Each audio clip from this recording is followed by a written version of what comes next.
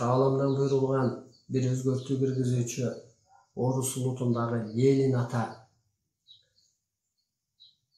келгичеңде байлар бай бойдон жашайбыз деп ойлоп келген. Ушу бойдон эле бай бойдон калабыз деп.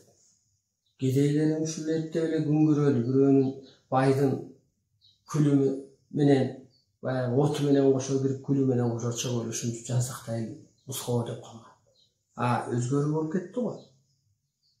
Ошол сыяктуу дагы азыр бай бойдон эле жашайбыз дей бербеңиздер.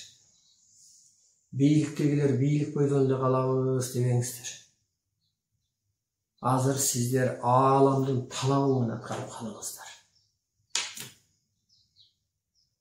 Карапайым элде касиет барбы?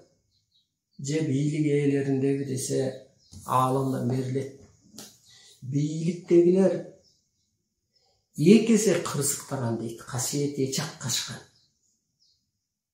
Аларда байлык, бийлик деген эле бир дух, дем күч бар дейт.